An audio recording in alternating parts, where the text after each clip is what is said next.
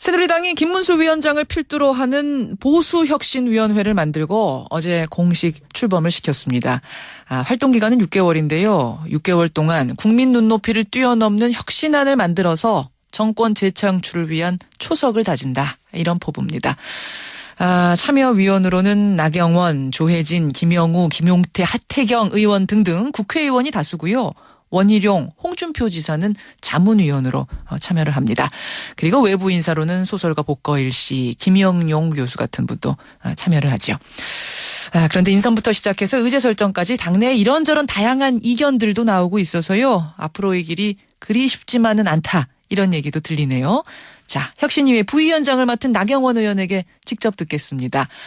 나 의원님 안녕하세요. 네, 안녕하세요. 고민을 좀 하셨던 걸로 아는데 결국 참여를 결정하셨네요. 예, 고민을 좀 했었습니다. 네. 워낙 또 이제 혁신위에서 할 일도 많은 것 같고, 예. 또, 해야 될 일도 많기 때문에, 많은 분들이 이제 관심을 가지고 계시는데요. 특히 이제 구성상 좋은 안이 나오지 않을까 이런 생각을 했습니다.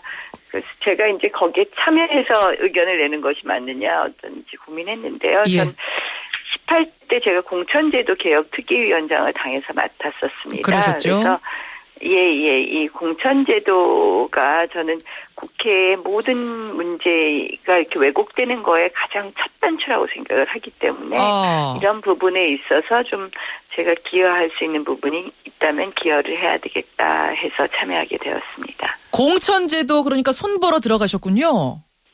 제가 18대 때 열심히 했는데 예, 결국은 마무리를 못했습니다. 그랬죠. 이제 서울시장 선거를 갑자기 나가게 되고 하면서요. 예. 결국은 이제 그걸 좀 완성시키고 싶은 것이 제 속내의 가장 큰 뜻입니다. 근데 사실은 이제 속내입니다. 지금 이야기가 나왔으니까 공천 얘기부터 좀 해보죠, 그러면.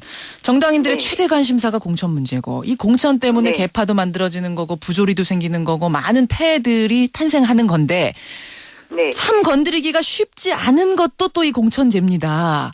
그렇습니다. 그렇죠. 일명 오픈 프라이머리, 완전 국민 경선제. 지금처럼 위에서 아래로 공천 주는 게 아니라 국민들이 뽑아서 위로 올리는 방식. 이렇게 좀 해보려고 했지만 번번이 안 됐던 거잖아요. 이번엔 저는 될까요? 김무성 당대표께서 이 부분에 대해서 강한 의지를 가지고 있다고 생각을 합니다. 본인이 2번씩이나 공천 과정에서 사실은 탈락되는 그런 쓴맛을 봤잖아요. 예. 그래서 어제도 그 말씀을 하시더라고요. 공천에서 탈락시킨 사람이 당대표가 되는 이런 아이러니가 어디 있느냐. 아하. 결국은 그런 의미에서 공천권은 국민에게 돌려줘야 된다 이렇게 말씀을 하셨거든요. 예. 결국은 공천을 해줄 수 있는 권한은 일단 당대표에게 있다고 볼 텐데 예. 이런 부분에 대한 강한 의지를 표명하고 계시기 때문에 저는 충분히 가능하다고 생각을 하거든요. 예, 그래서 예. 보수혁신의 핵심은 다른 거 아니라고 생각을 합니다. 국민에게 더 가까워지는 보수고 국민의 뜻을 더 잘 실현시키는 그런 정당이 되겠다는 것이거든요. 그래서 그런 의미에서 어렵게 생각할 거 없고요. 거기에 핵심은 바로 공천제도 개혁이라고 생각합니다. 완전 국민 경선제. 그러니까 나경원 의원과 김무성 대표는 공감대가 있다고 봐도 되는 겁니까? 예, 그렇습니다. 예, 김무성 완전 국민 경선제에 대해서는 김무성 대표께서 확고한 지지 의사를 확고하게. 표시하고 계신다고 생각합니다. 박근혜 대통령도 이 부분에 대해서 동의하십니까? 대통령 선거 경선 당시에는 완전국민 경선제에 대해서 도입에 대해서 긍정적으로 말씀을 하셨죠. 거기까지도 다 공감대가 이루어졌다라고 보시는 거군요. 이번에는 반드시 된다고 보시는 거군요. 물론 이제 세부적인 부분에 있어서 굉장히 다듬어야 될 부분이 많고요. 예. 저는 완전국민 경선제의 핵심은 뭐냐면요. 예. 여야가 동시에 해야 되는 겁니다. 어허. 그러니까 저는 이것이 진정으로 완성되는 것은 우리 당뿐만 아니라 예. 야당도 같이 참여해야 된다는 건데요. 왜 그러냐면요. 예. 완전국민 경선제의 폐해로 지적하는 것이 신인의 진입이 어렵다. 그렇죠. 결국은 소수 당원들에 의해서 결정되는 것 아니냐 이런 부정적인 시각들이 있지 않습니까? 예, 예. 이것을 벗어나려면 우리끼리 체육관에서 몇 명 동원해서 하는 경선이 아니라 선관위가 모든 이 프로세스를 관리하면서 그래서 여야가 같은 날 오픈 프라이머리를 하는 것이 진정으로 그 완전국민 경선제를 완성하는 거라고 생각을 하고요. 예. 이제는 시대의 흐름이 야당도 이 부분에 동참하지 않을까 이렇게 생각을 합니다. 그래서 야당에서도 네. 마침 혁신위가 꾸려졌어요. 원혜영 위원장을 네, 네. 필두로 하는. 거기랑 그럼 네. 이 얘기를 같이 논의할 가능성이 있군요. 저희는 지금 모두 열려 있습니다. 특히 이제 어제 그 야당 혁신위와의 대화 이런 얘기들도 많이 나오셨는데요. 예. 어떻게 보면 더 중요하다고 생각해요. 꼭 들어야 된다고 생각해요. 예. 네. 확고한 의지가 있으시네요. 공천 문제 하나 있고. 그 어디까지 또 손을 대야 되나 이 얘기 나올 때 개헌 얘기도 꼭 나옵니다. 개헌하자 얘기가 나온 지가 꽤 오래됐기 때문에요. 이번에 혁신위에서 건드립니까? 뭐 아직 이제 어디까지가 아젠다다 이런 논의는 하지 않았습니다. 제가 뭐 혼자 이건 합니다 안 합니다. 물론 그렇게 단정적으로는 못하겠습니다만. 예. 저희가 개인적으로는. 이제 예. 모든 가능성을 열어놓고 논의하기로 했습니다. 내일 모레. 그래서 예. 논의해 봐야지 되겠지만요. 개헌 문제도 물론 뭐 포함은 될 수 있겠지만 예. 그것을 여기서 어떤 뭐 개헌을 이렇게 가야 된다 이런 결론을 내리기까지는 좀 어렵지 않나 생각합니다. 6개월이라는 예. 시간 동안 개헌까지 건드리기는 결론 내리기는 어렵다. 하지만 가능성은 열려 있다. 논의할 수 있는 뭐 이 정도 정리가 될까요? 저희가 그 안을 만들어내거나 그러기는 좀 어렵겠죠. 그 문제까지는. 예, 개헌은 그러나 분명하게 뭐 필요성이라든지 이런 부분에 대한 의견을 모아서 제기할 수는 있겠죠. 예. 예. 이 얘기도 좀 나눠야겠어요. 국회 선진화법 이거 혹시 논의합니까? 혹은 해야 된다고 보십니까? 혁신위에서. 국회 선진화법이요? 예. 지금 선진화법에 대해서 아무래도 이 국회가 정상화되지 못한 것이 국회 선진화법 때문이 아닌가 이런 걱정들 많이 하시는 것도 사실이고요. 제가 들어와서 보니까 국회 선진화법이 너무 빨리 통과되다 보니까 일부 좀 실질적으로 선진화보다는 국회가 일하는 것을 방해하는 그런 부분도 있다고 생각을 합니다. 제가 생각하는 건 이거예요. 다른 게 아니라 예전에는 우리 여야가 이렇게 합의를 하다 보면요. 이런 게 있어요. 우리 핵심 지지 세력 때문에 동의는 못 해준다. 합의는 못 해주지만 우리가 묵인은 해줄게 이런 게 있거든요. 근데 지금은 이 묵인의 공간이 예전에 정치의 공간이라고 할 수 있을 텐데 이 묵인의 공간을 완전히 없애버렸어요. 그래서 이 좀 국회 선진화법이 조금 정치의 공간을 살릴 수 있는 쪽으로 좀 개정되어야 되는 것 아닌가 이런 생각을 하고 있습니다. 예, 사실은 이 법은 새누리당 황우여 당시 원내대표가 주도해서 만든 법이기 때문에 지금 와서 이 선진화법을 손보자라고 하면은 이거 반발이 굉장히 거셀 텐데요.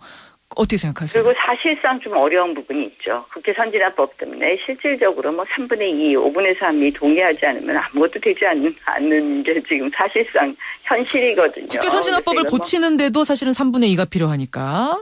예. 합의가 안 되면 지금은 다수결의 원칙이 아니라 거죠. 지금 모든 것이 3분의 2이기 때문에 결국은 3분의 1의 의사에 좌지우지되어 있는 국회가 되고 말았죠.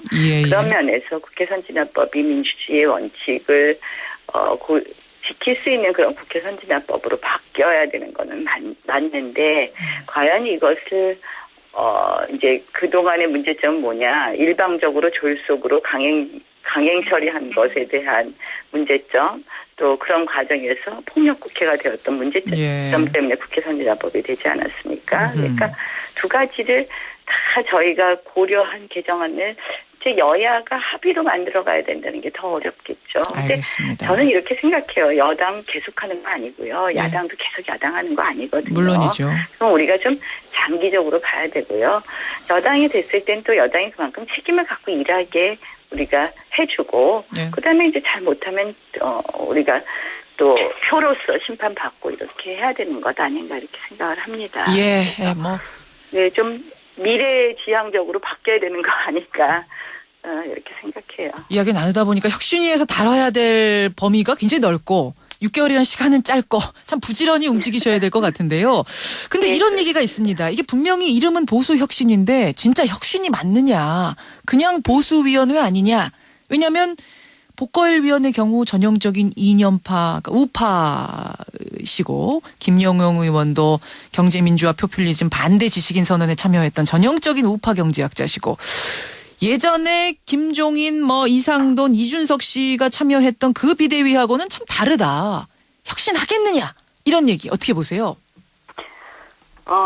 저는 이 구성에 있어서 이제 다소 여러 가지 이야기들 하시는 거 알고 있는데요. 예. 그런 면에서 더 많이 들어야 된다고 생각을 합니다. 특히 이제 저는 어제도 그런 이야기를 했는데 보수 혁신을 이야기할 때 우리가 이 보수 논쟁에 늘 앞장섰던 분들 이야기만 듣지 말고 예. 우리하고 좀 생각이 다른 분들 이야기를 더 많이 듣자라는 제안을 했었습니다. 예. 그래서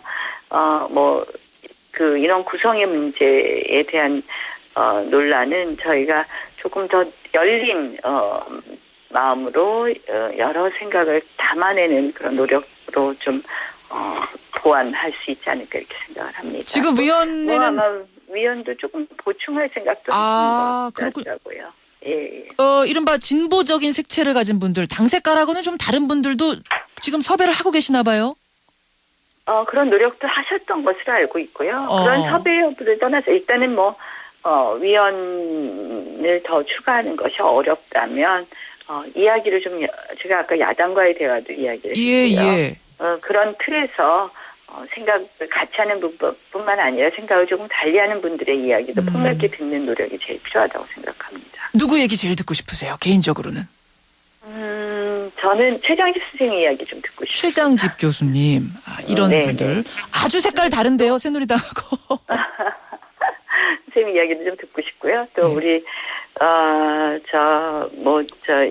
야당의 이 대권 주자라고 또 이야기하는 안희정 또 우리 전 지사 우리 이광재 전 지사 이런 분들 이야기도 좀 알겠습니다. 폭넓게 들어보는 거 저는 좋다고 생각합니다. 노경전 의원 이야기도 들을 수 있고요. 네. 혁신이 6개월의 활동 기대하겠습니다. 열심히 뛰어주십시오. 네, 고맙습니다. 예, 고맙습니다. 나경원 의원이었습니다.